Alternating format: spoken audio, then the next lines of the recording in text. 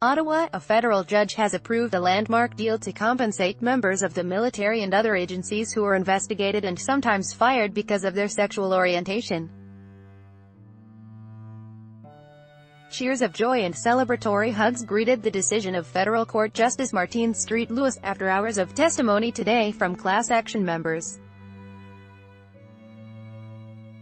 Sobbing could be heard from onlookers in a federal courtroom as a steady stream of men and women took turns at a microphone to lament how being gay or lesbian made them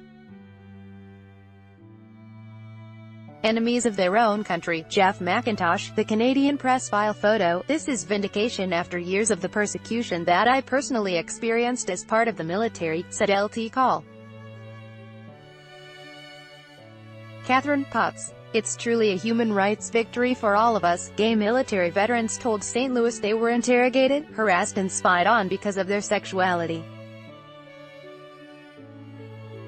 Sobbing could be heard from onlookers as a steady stream of men and women took turns at a microphone to lament how being gay or lesbian made them enemies of their own country.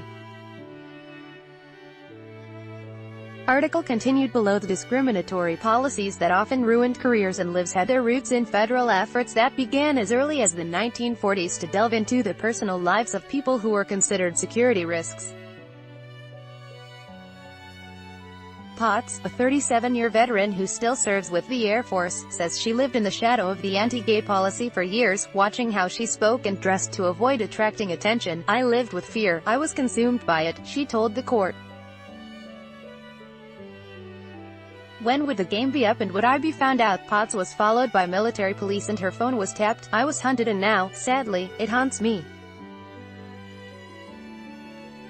I want to be able to put all that behind me. An agreement in principle in the court action was drafted last November, just days before the government delivered a sweeping apology for decades of discrimination against members of the LGBTQ community.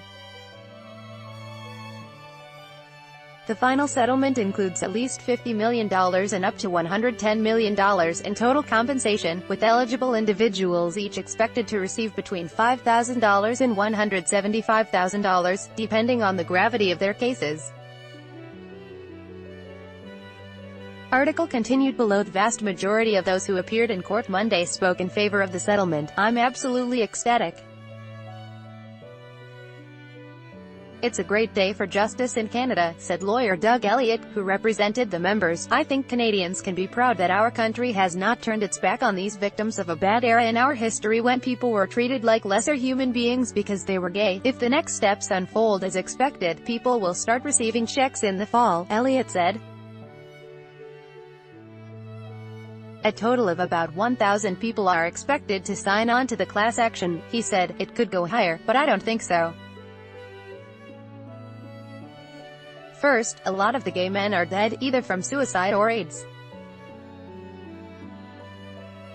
And also there is a certain group within our class, for whom the psychological barriers are so great that they're just not going to come forward, Elliott said, and that's a shame because it shows that the purge is still having a negative effect